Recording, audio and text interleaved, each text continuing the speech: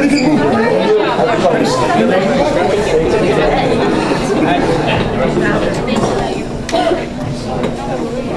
so let's get started now. Always a good night. Always a good night. And I have to say, always the best for you. So, we're at 1.05, so at this time I'll recall the Ramapo Center School District Board of Education meeting Tuesday, June 6th, back to order. If we all could please stand for the Pledge of Allegiance. Chief, if you would. Pledge allegiance to the flag of the United States of America and to the republic for which it stands, one nation, under God, indivisible, with liberty and justice for all. Okay, great. Student report. We have Matt here tonight. Welcome.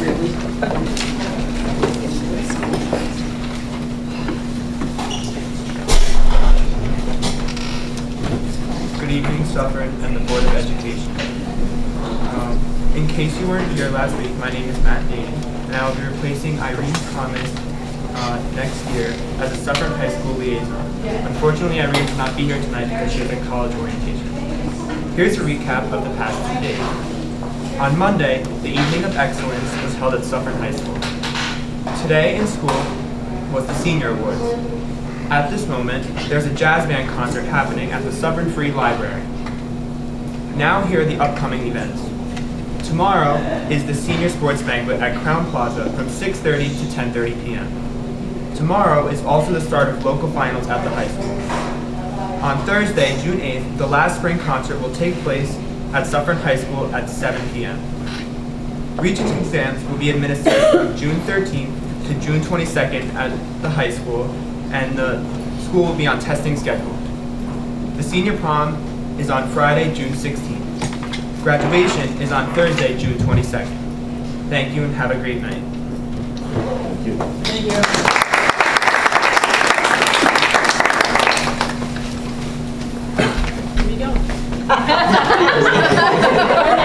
Smart man, smart man. We learned very quickly. He does have another event. I couldn't tell. Okay, so 1.08, Chairman intended motion to accept 1.08 as so stated the minutes from the meeting of May 16, 2017. Frank? Thank you. Second. Teresa? Oh, yes. All those in favor signify by saying aye. Aye. Aye. Opposed? Abstentions? Abstain. One abstention. 1.09, Superintendent's comments?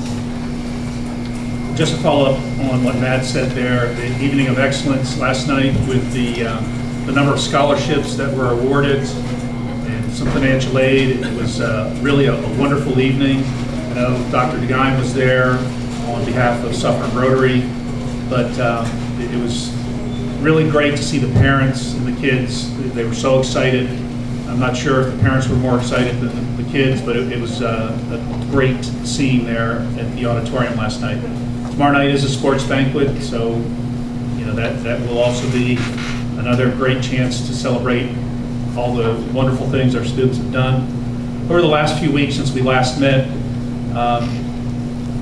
my wife and I, she just walked into the room, but we decided to go with the 8th graders to Washington, D.C. And I've got to tell you that was a truly amazing experience. There were almost 300 kids there, but they were so well behaved. And we started off in the Holocaust Museum, and if you've never been there, I highly recommend it. It's a very moving place. But it's when the weather got really hot. It was in the 90s. In DC, it feels like it's about 120. But the kids were so well behaved. They kept them up from like 6 in the morning till almost midnight. They were exhausted, but it was fun to see them in the different places, on the mall, the Washington Monument, Lincoln Memorial. It was just great, and I just wanted to share that with the board. The teachers were phenomenal, and I think Lisa and I had a great time with the 8th graders. And then the last few weeks, we've had a lot of sports teams competing. We got to watch the softball team like 4 games in a row, and unfortunately they lost in a heartbreaker to one of our nemesis, but it's really great to go out and see the kids, and you may have noticed where they started this one class, art therapy for the superintendent, and but it's this one class, it's pottery, and I was invited to participate with the students, and one student was very helpful on helping me to throw pottery, to make a bowl or whatever, and took me through the process from making the pottery to glazing it and getting the final product. So that was in Mrs. Blitz's classroom, and it was just great to be out amongst the students and staff. So I just wanted to, in a brief few minutes, share that with the board. Thank you. Okay, 1.10, public participation. This is public participation as to action items only. Those are the items that are to my left, 2.01 through 2.27. This session will last no longer than 30 minutes, 3 minutes per person who would like to speak on as to any of those items listed. Step up to the podium, which seems to be moving further and further to the right. Doesn't mean we don't. Not sure how it's moving, but it is. And again, just pursuant to policies 1230, 1400, and 3240, please do not make any comment with respect to any district personnel, staff, or student. Action items. 30 minutes. Okay, seeing none, we'll close that portion of the meeting. Okay, I just can't see anybody. All right, so action items. I don't believe there's any that are being pulled. There was 2, but they were actually removed from the These were agenda earlier today. And there was one that the number changed. It's down 2.23 instead of 2.25. Yes.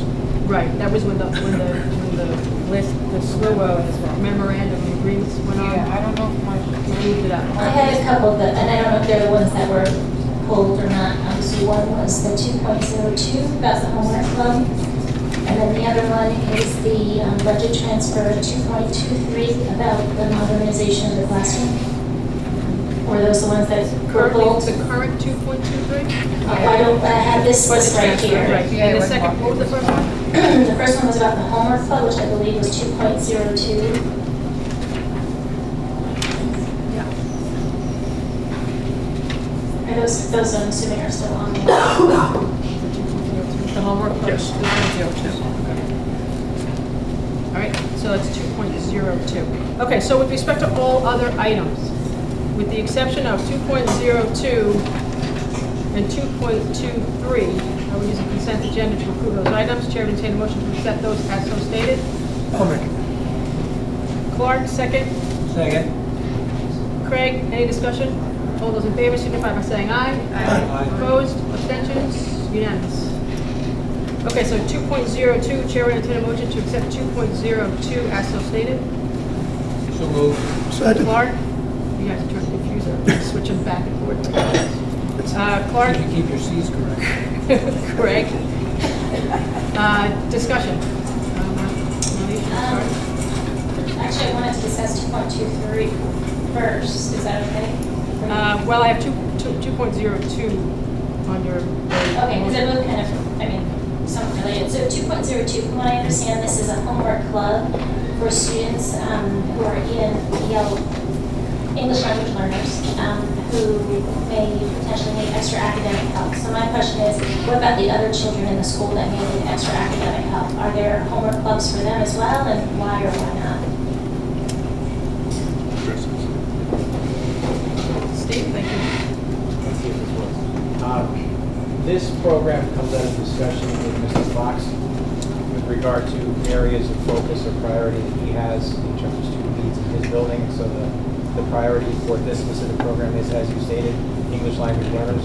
This is the only after-school program that the middle school will be running of this nature. If in the future we see that, or Mr. Fox indicates to us that as part of his planning or his data indicates that there are other cohorts of students who need after-school support and we can find a way to fund it, then we'll certainly bring them to the board. So why do we need to determine it based on cohorts? Can't it just be determined, there could be some kids that are not English language learners that also need help. Would not give them that same opportunity? This really, I would encourage us not to think about it as a homework club. This is an extension of students who need the additional language focus in addition to the school day. When this had run here previously, it was kind of a much more heterogeneous group, and we didn't find that it had the sort of effectiveness in being able to target a specific population of students that we anticipate for this. So, correct me if I'm wrong, because I might be thinking the high school, but the middle school teachers do have like lunchtime and after-school support for students if they need it though, correct? Yes, If I'm still absolutely. correct as my memory serves. Yeah, Okay. teachers at all levels absolutely. So there are resources resources for any child if they need it, or the teacher, thinks that they do need it, okay. I just wanted to make sure that was still the case. Oh, absolutely. Teachers at all levels always give up their time during the day to support students. This is just simply a response to a continual change in terms of the needs of students. We have more and more students moving in to the district who have very limited language. And so in response to that, instead of perhaps referring them for special education or other services that maybe aren't immediately necessary, this is an additional intervention for those students in response to needs that the middle school administration brought to us. And it's $40 per student, right? $40 per hour for the Per teacher. hour for the teacher. And so when was the last, there used to be a homework club here, no? Several years ago. And how many years? Like 2 years ago? Before, when I No. first joined the board, wasn't it there? 4 or 5 years ago. All right, and so the reason why I was linking it to the next one is because we're spending $16,000 to modernize classrooms, and I was wondering if some of that money, if there is, I don't like the idea of saying, oh, only this group of students, if they need help, can get it, and this group at this point. I mean, I don't know, because we don't know, it's so difficult to know until someone's actually in school whether they're going to need extra assistance or not. So I was just curious, if that money would be better spent towards reinstating a homework club, if that was something that was successful for all students. We have a number of different priorities in terms of supporting students and advancing what we would call 21st century learning. Modernizing the learning spaces is something that I know is not new to the board. You've seen it in CSD presentations, you've seen it in some of the videos, you saw it as part of the budget process, that this is a continued priority for us. And so this is, in this case, Viola jumping onto that initiative. And so what you're being asked to approve the transfer on will fund modernizing the learning space in the new pre-K program, as well as one of our third grade classrooms and for our math interventions. So this is something that's happening throughout the district and something we intend to continue to push in the future, and is strongly supported by our teachers and our principals. Okay, that was one of my questions. How many schools are we affecting by modernization? How many classrooms? Is this happening across the board, or is it only one Absolutely. I place? think the board probably saw it first back in Dr. Lloyd's CSIP presentation, where they had formed the fifth grade house with very modern furniture, allowing for that sort of collaboration, the critical thinking that we're looking to develop in students. But you see it in this building, you see it in every one of our schools at this point. It's something that was a focus also of a lot of the promotional videos that we did. Thank you. Okay, any other questions? Monty? 2.02. Yes, still on the same item.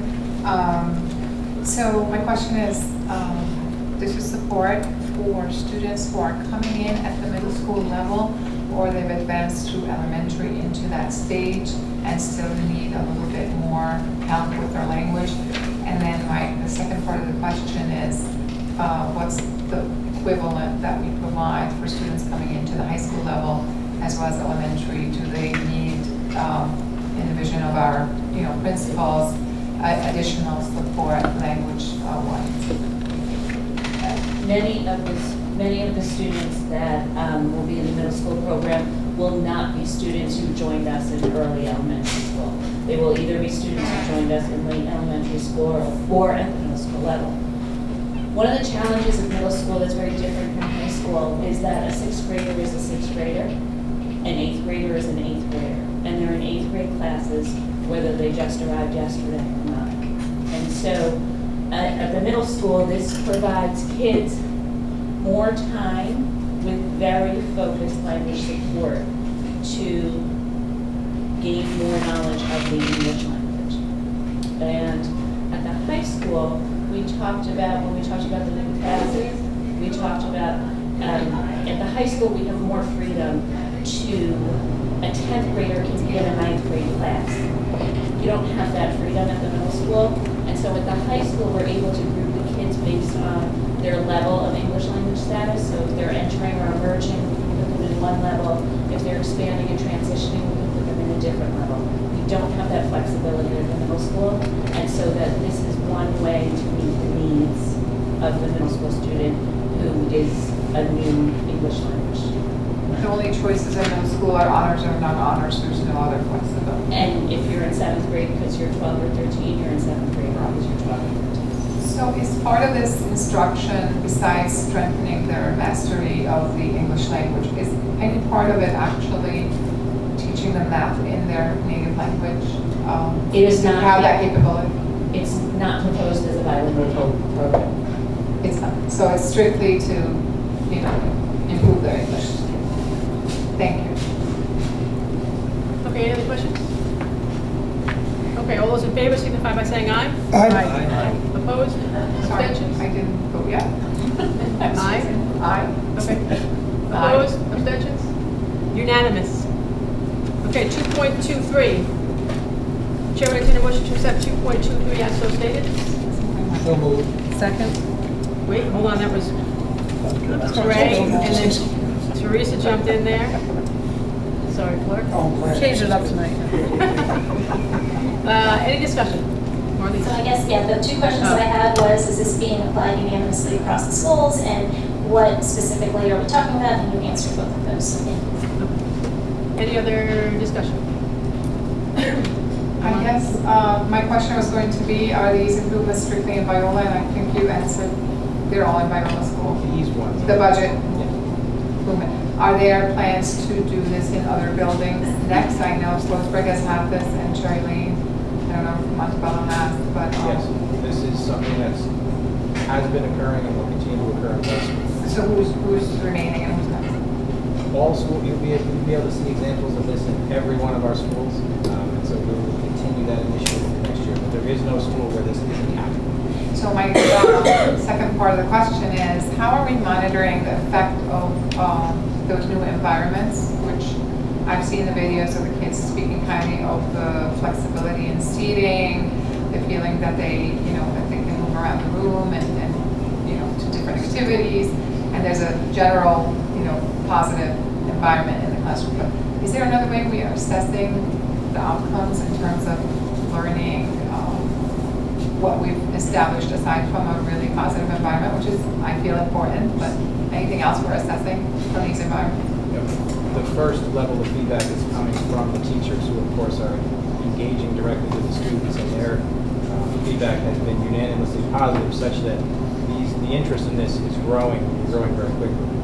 We actually are interested in putting together, where appropriate, a student survey, which is asking them to gauge their level of engagement in some of these spaces, whether or not they're given frequent opportunities to collaborate, to be creative, in terms of obviously developmentally appropriate language. And so you'll see that coming in the future. Any measurable outcomes that we can compare this type of classroom to a conventional one?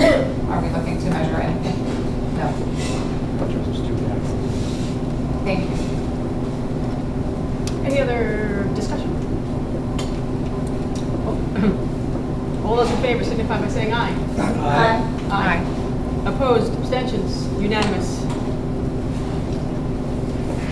Okay, 3.01, Advocacy Committee report for Advocacy Committee. Amani? Okay, so I'm sorry I didn't print this to everyone, but everyone has it on their email. So I can provide printed copies. The Advocacy Committee met on May 24th, and we had all board members present, as well as 7 members of the community were present.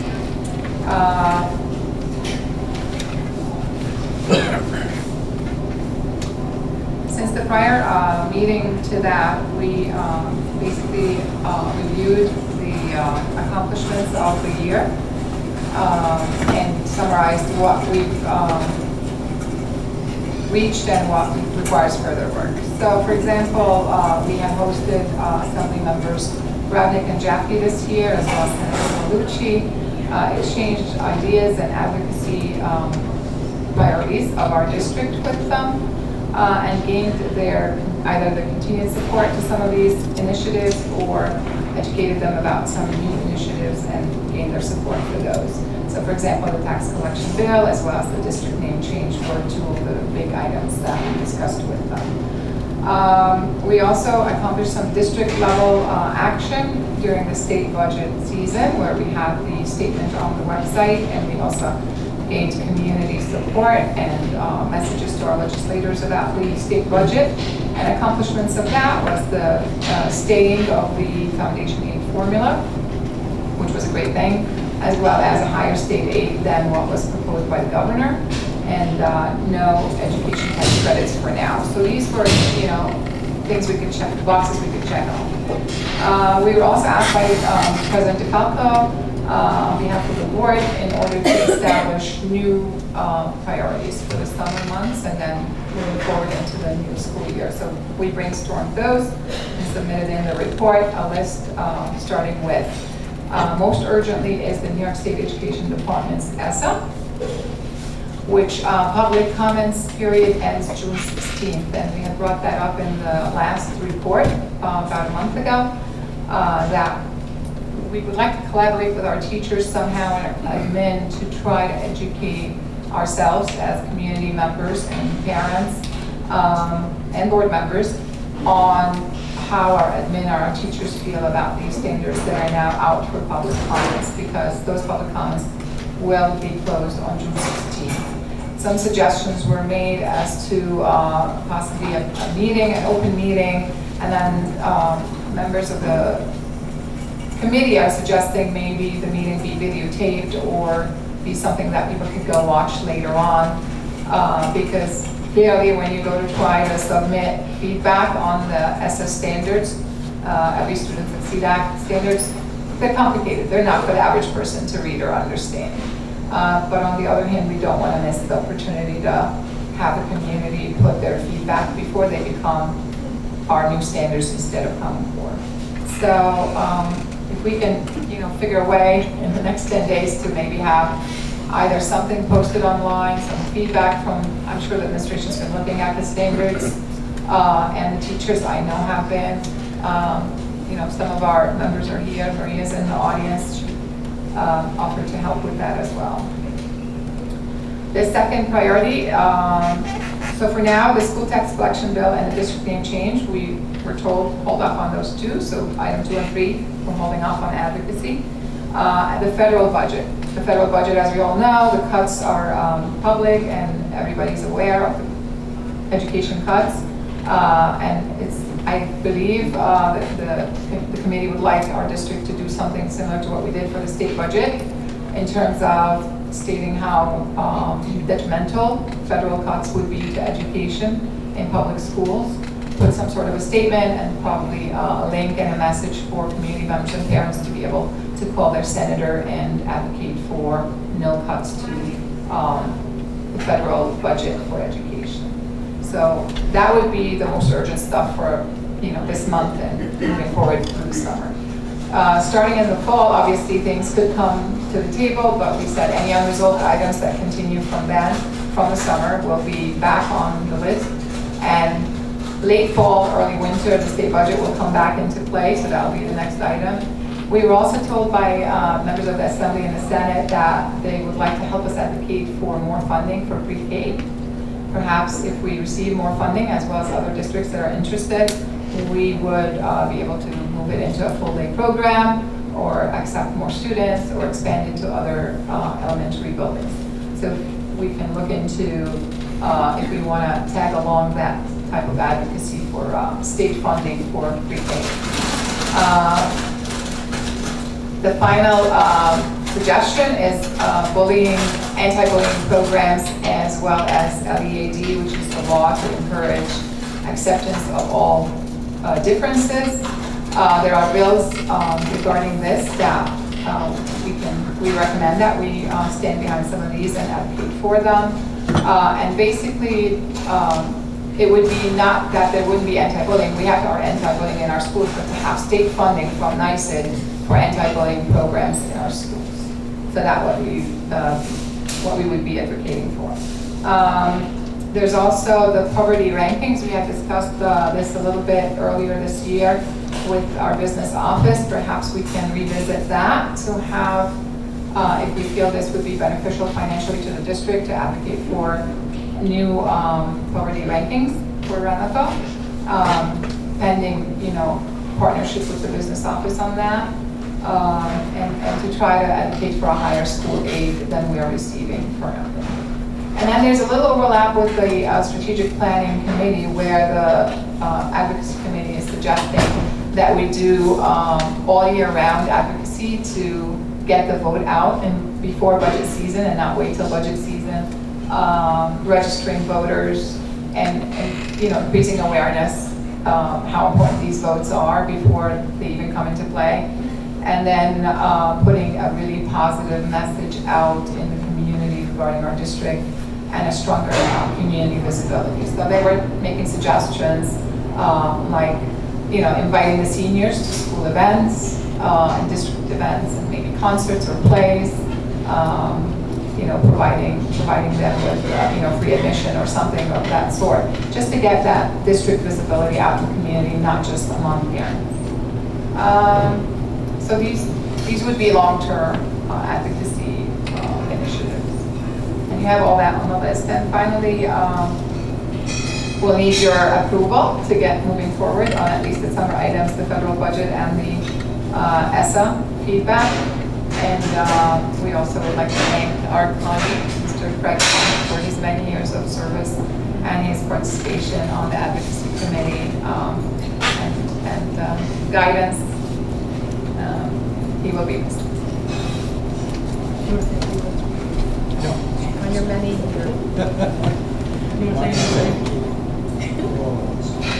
all right, well, it's not on as an action item. I know it's on as a discussion, so we will discuss it, we'll talk about it, and if any board members have questions as to the list. I'm thinking the list of 2017-18, on July 5th, we'll have a new advocacy committee, so that should be revisited, and we're not going to vote on it necessarily, so I would expect that would be revisited at that point, or at some time over the summer. But some of that can't wait till July. That's why those two items are. I'm saying the 2017, 18. Oh, the future ones. Yeah. That's those. We don't have to decide. Yeah, that ties the next committee we made with new people, but I don't know who knows. That's why we split it this way. And then with respect to the more time sensitive, we don't have it on as an action item per se. We have been dealing with the school tax collector bill clearly. We're elbow deep in that. We were told earlier today to hold up on the item 2 and 3. So those aren't necessarily issues, so it's the other two, although it's not on as an action item to approve that. So a little bit of a difficulty because we have to approve it before we take action on it, so to speak. Can we have the discussion now and then approve it at the next meeting? We can approve it at this meeting. The ESSA feedback is before the next meeting. Yeah, right, the ESSA, I think the ESSA June feedback is- 16, and you don't really need to take action as much as, would it be feasible that we get something put together that we could put out there for parents and community members? So, Go ahead, thank you.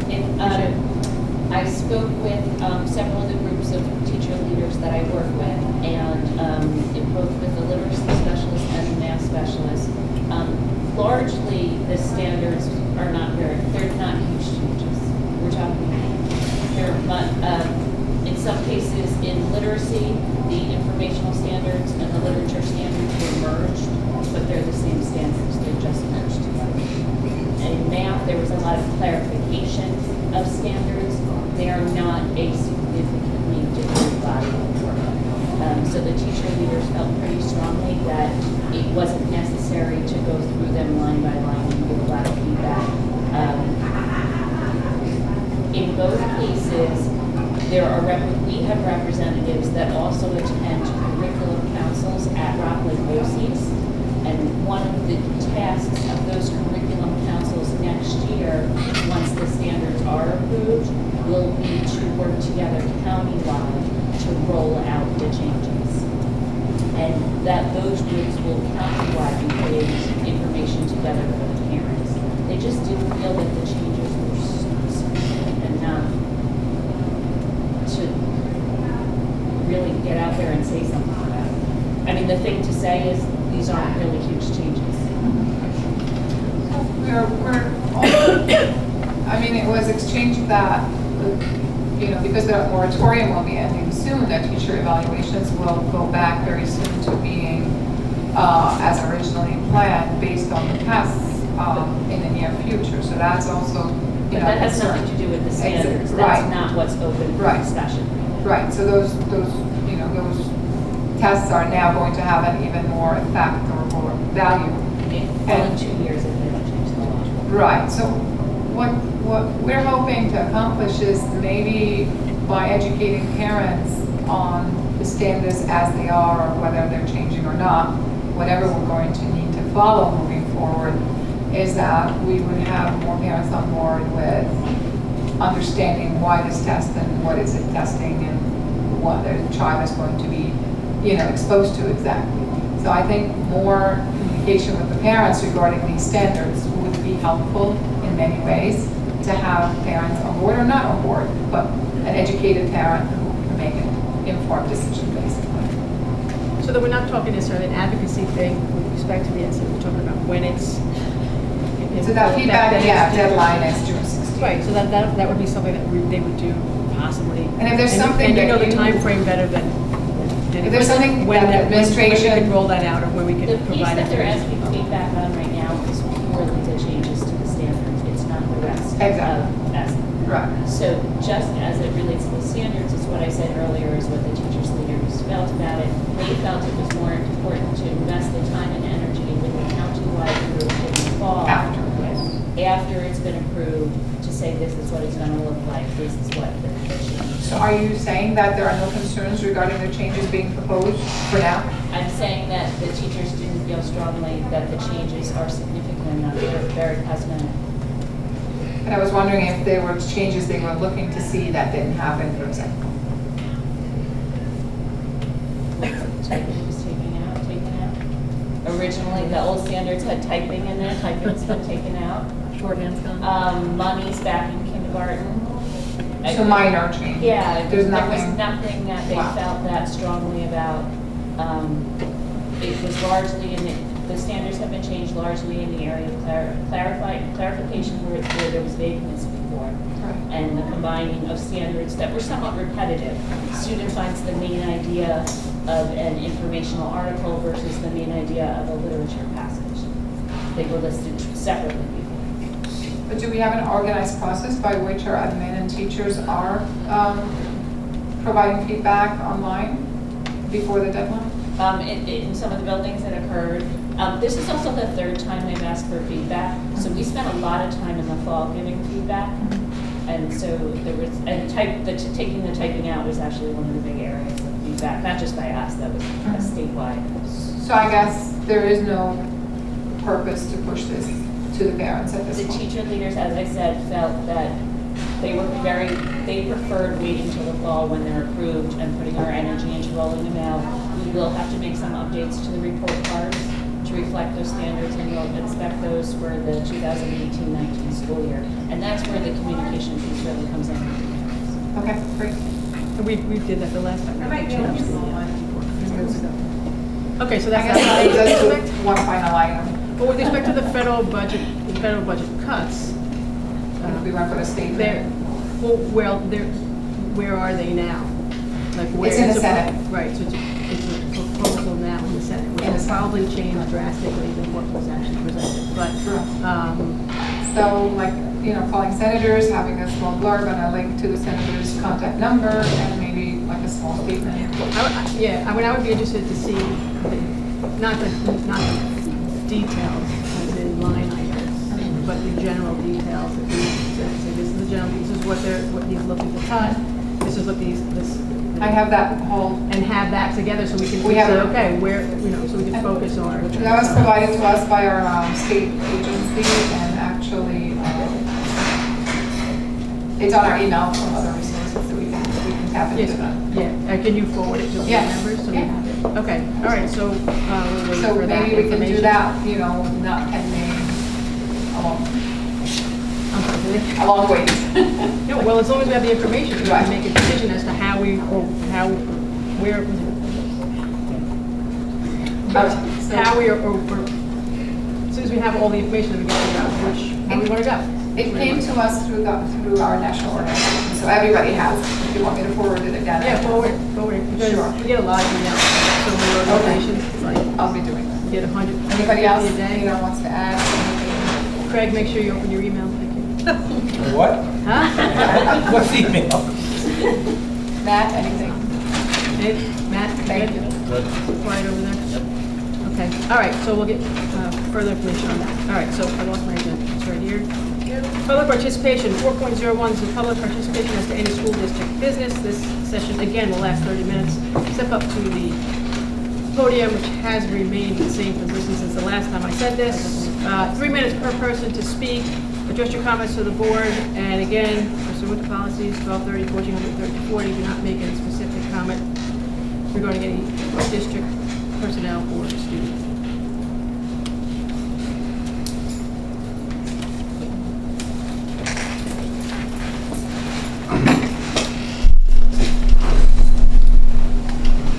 Hi, my name is Kirill. I live on school. I'm sorry, Working? we got it. It's on the bottom left, plug in, you gotta kind of look and adjust. No. Hold on, he's On the coming phone. in. Hey, Matt.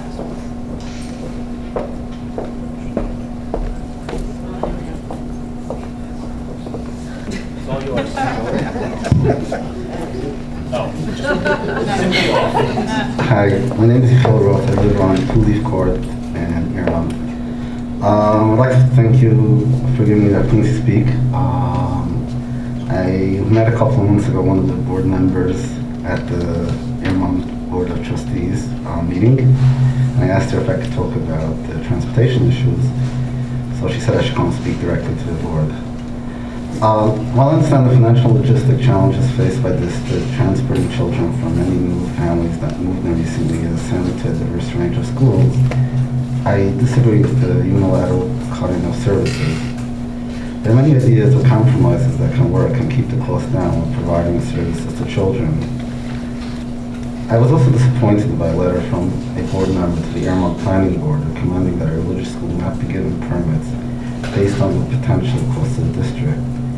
It's not appropriate for the school board or the Airmont Planning Board to try to influence the demographics of an area.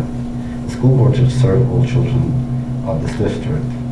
I recommend that the school district invest in hiring a private or / religious school parent liaison to help address the needs and concerns of these constituents.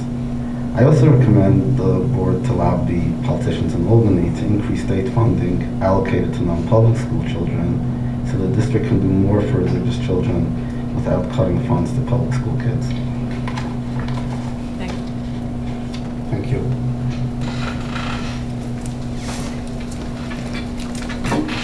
Okay, any other public comment? Very good, seeing none, I'll close that portion of the meeting. Chair would entertain a motion to, oh, I'm sorry, Superintendent's closing comments. Sorry, I'm trying to beat Clark's record. Motion to adjourn. I'll make that. Craig, second Clark. Discussion, all in favor, signify by saying aye. Aye. Unanimous. Time is now 8:19. Okay. Thank you all.